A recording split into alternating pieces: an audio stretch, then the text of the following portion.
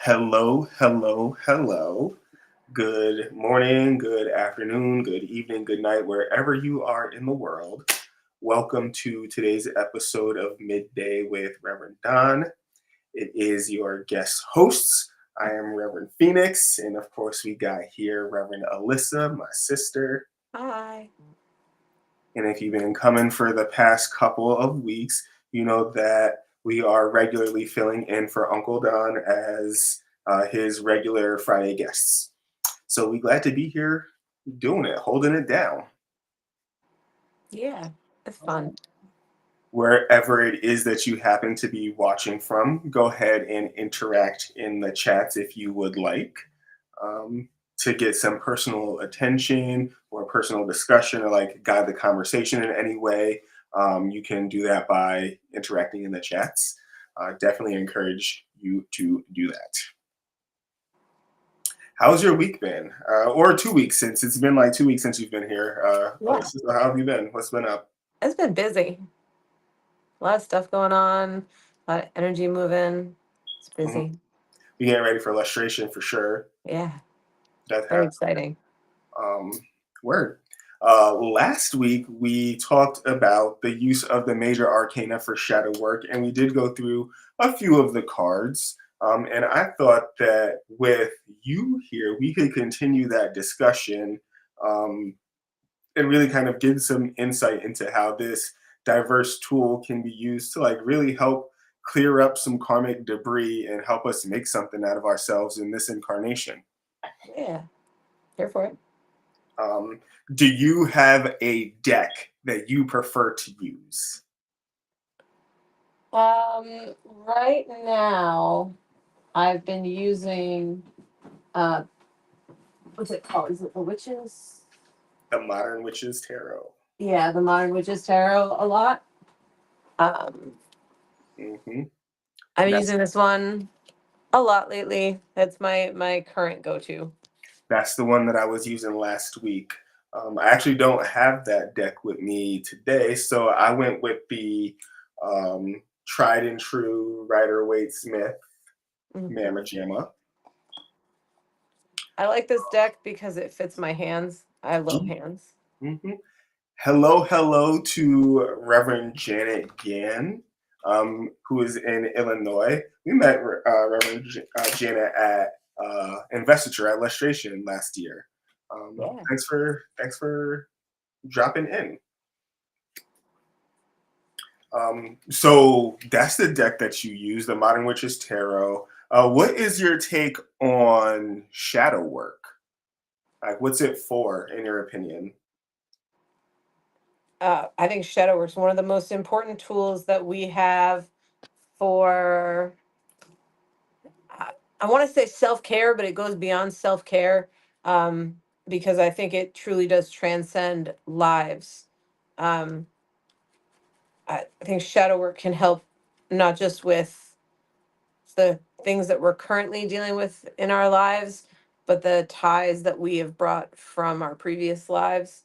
Hmm. Um, and it's, um, what's that saying? Is know thyself? Yes, yes. One of the most important maxims or aphorisms, or what's that other word? Proverbs, or whatever it is that you want to call it, from the Oracle at Delphi, Know Thyself. And when you started to talk about like shadow work, immediately I was like, yeah, you know what? Like, actually, shadow work is legit one of our most powerful tools for the integration of our spirit across lifespan. And it's really something that we require of Corellian clergy as you grow. Mhm. We introduce it very early on in the outer court, I think even in the first degree with soul retrieval, um, which is a one of the most powerful tools we have. But it's deeply embedded through our curriculum, even to the life map of the third degree, which Mhm. is pure shadow work. Mhm. Pure shadow work. Merry meet Anissa. Thank you for popping in. Um, Last week, I said that you know that you are doing shadow work correctly if you apply it to your triggers and you work so hard and so thoroughly that at the end of the day you are met with a sense of non-judgment towards what once triggered you, like that's how you know that you did shadow work correctly. It leads you to a place of acceptance of the things that you can't control, and it leads you to a place where you know how to use your power appropriately on the things that are within your control. Um, I completely credit shadow work with helping me overcome a phobia. Um, I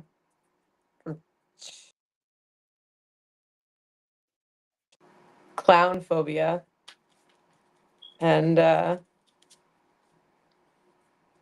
It's funny yeah, that you had a clown phobia and I did a almost went lot of shadow work on that. to clown college. That's funny to me. Hello, am I still with you?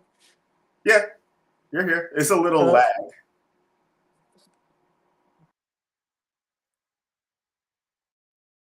Uh, all right, she probably gonna log back in. It's funny to me that Lady Alyssa has or had a phobia with clowns, Yeah, and I almost went to clown college. that is funny. It's in To me, it's interesting. And you are not the only friend that I have had in my life that has that does clowning, or I've I don't know what to freaking call it, but I have another friend who well, a college friend. I'm not in contact with them anymore, but um, they were a circus person, and another close friend of mine grew up in a clown family. That's His fun. parents, I'm sorry, their parents were clowns, and That is fun. I love that. yeah. All right. So, first up for analysis, we have temperance. Temperance as a shadow work card. I think that like maybe temperance has its origins with shadow work, maybe. Because automatically it draws attention to how you fill maybe your own cup, and maybe your state of being when you're pouring from one cup to another. Like it's definitely a contemplation of grace. That's where I was going with it too, is that temperance is very much a way of contemplating grace. Um, Um, this the fact particular that you do in fact deserve to be removed from the things that hold you back. this particular card, we got the 1 foot in, 1 foot out, right? Which is a symbol in and of itself. The rising sun is also a symbol in this particular card, and like the path towards it. And for me, whenever I see this particular card, I for some reason imagine that those mountains off in the distance and that sun up there is the same landscape that the Fool starts on. Well, that's what the major arcana is. It's the journey of the fool. The fool is all of the cards. And so when we are interpreting the card temperance through the lens of shadow work, what do you do in excess? What do you do specifically for pleasure, even though you might not need it? Hmm. What do you do in excess that perhaps removes opportunities from others? Because when you do things in excess, you're not operating from a place of need. What else? What else? I just realized this angel has the symbol, the alchemical symbol for the sun, like right there, and it's It does. And I'm also thinking temperance. How did I lose my own train of thought? Um, that it's a modulation of emotion as well, like a sign that you have too many feelings invested in this direction more than it is needed to be. hmm hmm I started to write an article back in the day about specifically the virtue of temperance and kind of how it was the parent of all other virtue. And that if you do not keep a mind, like literally act with temperance on a regular basis, moving into the place of a vice is very easy.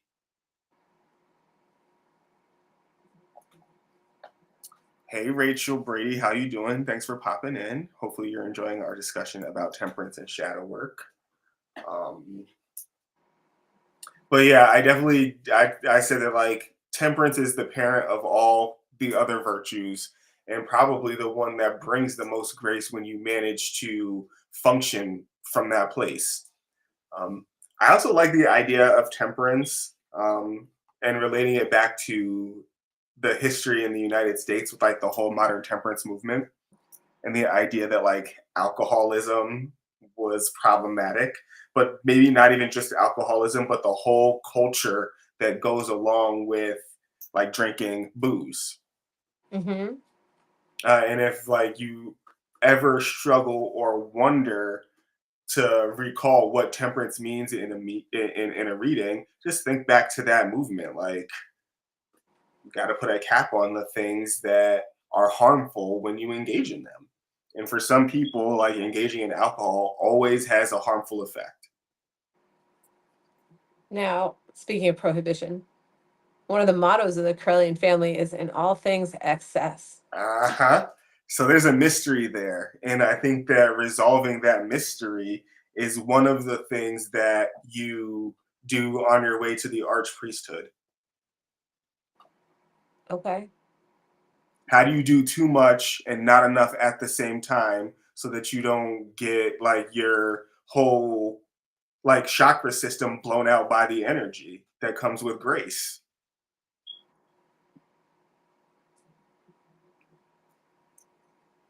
With that being said, I think it might be a decent time to maybe check in with a sponsor. What do you think? Yeah.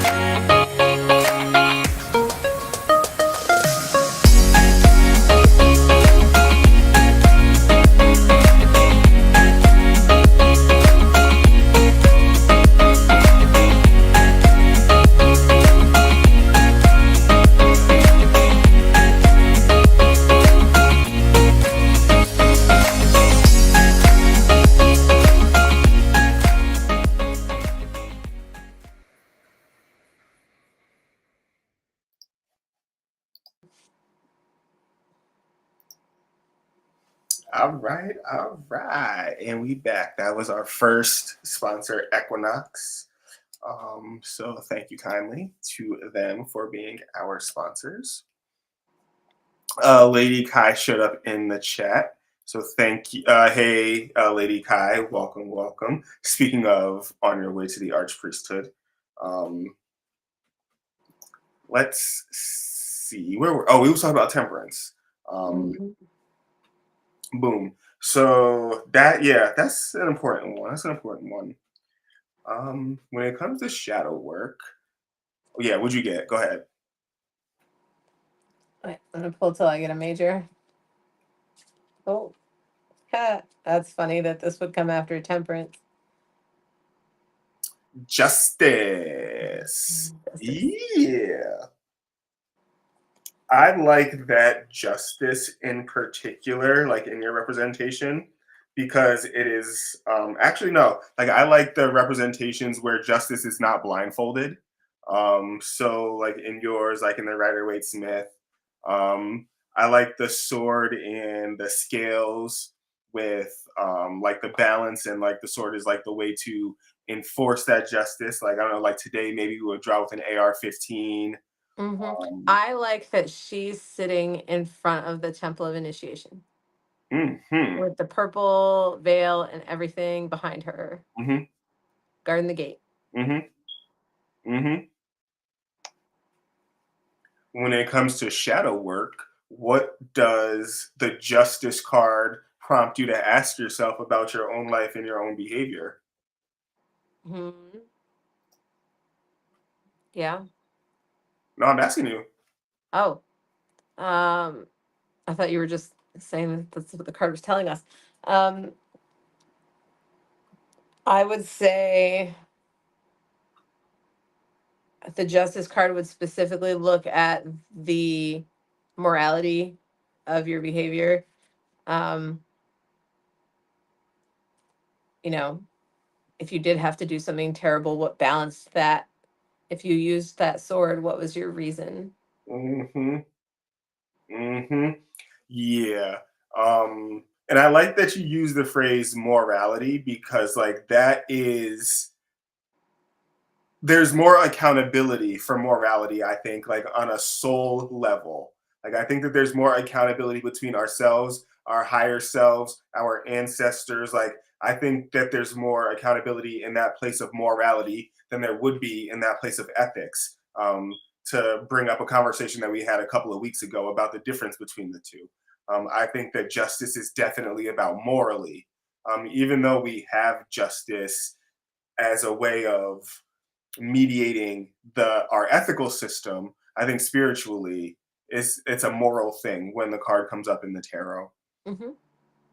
I think that the justice card really reminds us to tell the truth, because like it's an injustice to lie. I think that the justice card reminds us to not steal from anyone. And I think that on a moral level, the justice card also reminds us that certain inactions are just as inexcusable as certain actions. That's the other side of the scale. Like it addresses that complacency. I like how she has an equal sign on her chest. Mm-hmm. Love it. And I like the play between the red layer on the top and the white layer underneath. I So like it's like that. purity cloaked in power. So, in that vein, she is a young woman dressed in an old lady's outfit. Like, look at that. That's something that a grandma would wear. The white tennis orthopedic shoes and the turtleneck and big sweater. Those are grandma's clothes. And it's like the idea that, like, eternal justice is old, always going to be there, Mhm, mhm. young enough to find you, old enough to judge you. Dang, that's two. Young enough to find you, old enough to judge you. Yowza.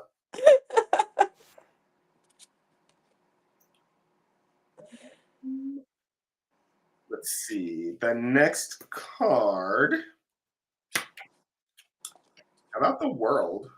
Oh. A lot of things show up at the right time in the right place. You know what I'm saying? When the world is like a card in the reading, like it really is right place, right time. Mm-hmm. Um, the four quarters of the universe are showing up in manifestation of your will. The tools for manifestation are in both of the hands, meaning that you are able to have or grasp or manifest with either your left hand or your right hand. The nudity that is inherent in here also means that there's little to be ashamed of, if anything at all. And then the whole thing is bound by this wreath or this circle of completion. The red, of course, does make the infinity symbol, knotting the parts of the wreath together. But like either way, this is highly cooperative. Um, and so during a shadow moment, the card really does require you to ask what parts of my team are not working together to produce the final outcome.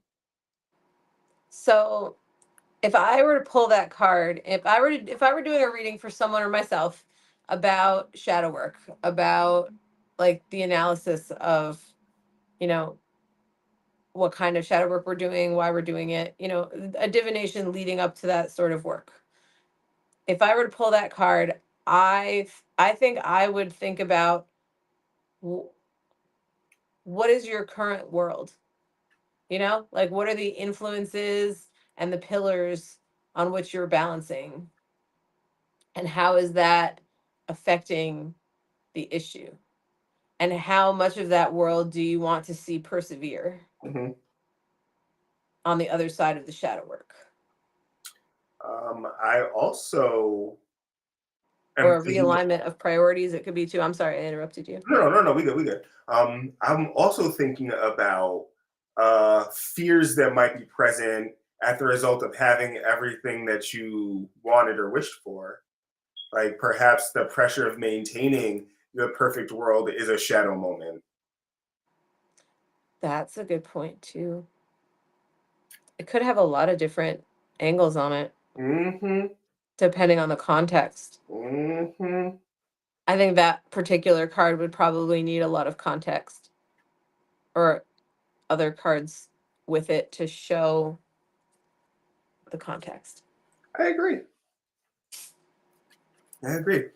In your opinion, how often might we engage in personal shadow work? I don't think there's a limit. Mm-mm. But like, if it was a medicine, how often would we take it? In Oh, your opinion? so I would say at least for maintenance purposes, once every month or two, at least. And if you have an issue going on in your life, if there are things going on that are, an issue, that might be something that you want to do even more frequently. Mhm. My recommendation is engage in shadow work for all cycles that you are engaging in that you don't like. So if you got friendship cycles that are not working out for you, shadow work. If you have romantic relationships where you keep moving into the same direction with different partners, shadow work. If you have strained relationships with family members, shadow work. Engage, like do it. Um, and like those would be like the bigger, like most obvious ones because like they cause um, distress that is like noticeable. But then there are like other parts of our survival that we got to attend to. So, for example, if you have a poor relationship with food or dieting, engage shadow work. If you have a poor relationship with nature, shadow work. If you're finding um, if you're finding that your path is blocked from like any kind of joy, really, that's a great time to engage in shadow work. Um, Mhm. in my education at Goddard, where I got my master's degree from, I was exposed to a practice called theological reflection. And this was in pastoral counseling and clinical like class. And theological reflection is when you take a look at every moment that gave you pause or gave you a type of dissent. In each of those moments, we have to look for what God was trying to illuminate to us. Because from God's perspective, nothing is wrong in these moments, you know? And if it gives us pause, we have to figure out like why we have the pause. Next level, what is wrong? And if you are able to identify it, that means God has chosen you to do something about it. That's why you paused, because you saw something, experienced something, witnessed something that was not appropriate, that was not acceptable for our timeline, for our reality, for our personal boundaries. We witnessed it, didn't say anything about it. Happens again, now we got pause. So I think shadow work is absolutely like essential in all of those aspects. And I think like really doing it gets us back pieces of our soul that we lost in moments where we felt maybe a little bit powerlessness. I don't know what you think. I think that's accurate. Yeah, All right. Now, I with like that that. being said, let's go ahead and see what is up with our last sponsor for the day. Ready to unlock the secrets of the universe? Join me, Reverend Don Lewis, for my metaphysical and magic auctions at Gaia Thrift at whatnot.com. Discover fascinating artifacts, mystical crystals, and rare and unusual books that could change your life. Don't miss this chance to bring a little magic into your world. Rev Don's Metaphysical and Magic Auctions, where the extraordinary can become yours.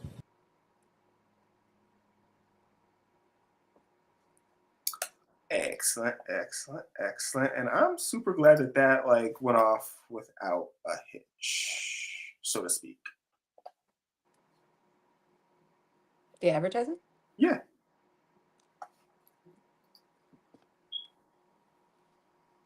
Post show. Did it work? Okay, I think that worked.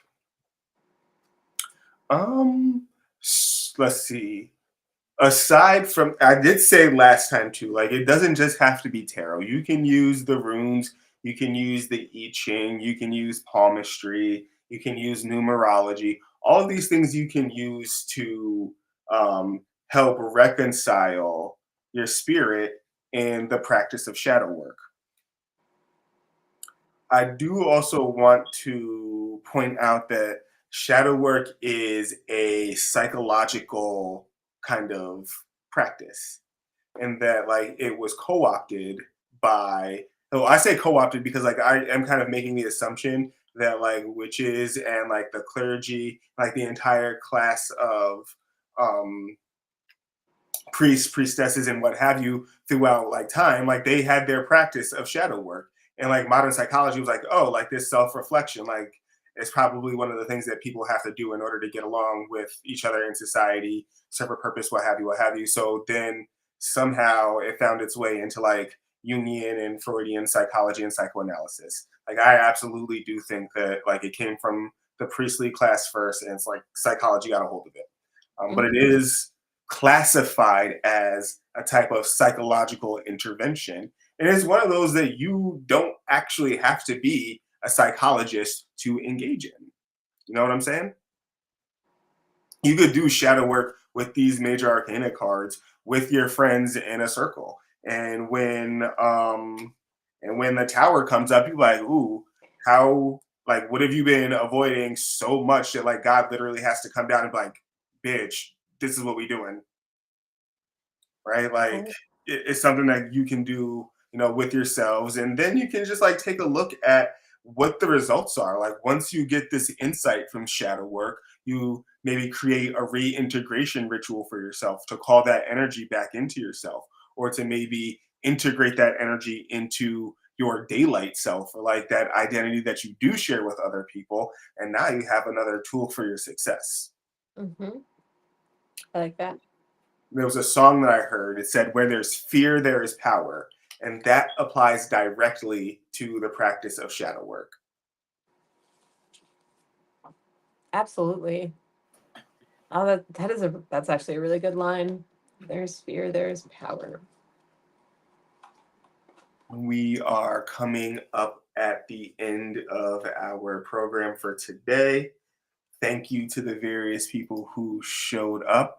Thank you to Lady Kai for holding it down in the chat and keeping the conversation alive there. Thanks to Rachel and Alyssa and Janet for showing up in the chat as well. And to all of our viewers who were not able to make it into the chat, thank you so much for being here. Thank you to Reverend Alyssa for joining me again and holding it down. Just my other half in this here tradition. If you have not registered yet for Lustration, register for Lustration. Yeah. If you have not yet checked out the auction that's happening, we do have a Give Butter link that Lady Alyssa and I will probably have on our socials for various days leading up to the close of the auction. So definitely check some stuff out. We got some stones, we got some Oracle decks, we got some tools. There's a lot of Oracle decks on there that are going for like $1 and $2 bids right now. So go bid on them, get an Oracle deck for not a lot of money, and help your tradition. Yay! Yay! And I just realized that we don't usually close these with a prayer, but we could if we wanted to. We can. And so I give my thanks to my almighty goddess who renews in nature and in all forms of reality. I give thanks for your presence in my life and at all times. And I ask that you continue to move through me and through us so that we become better vessels for your divinity and better advocates for your grace on earth and in the physical plane.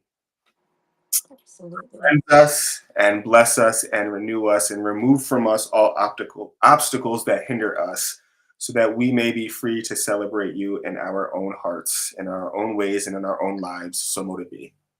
So mote it be. See y'all next week.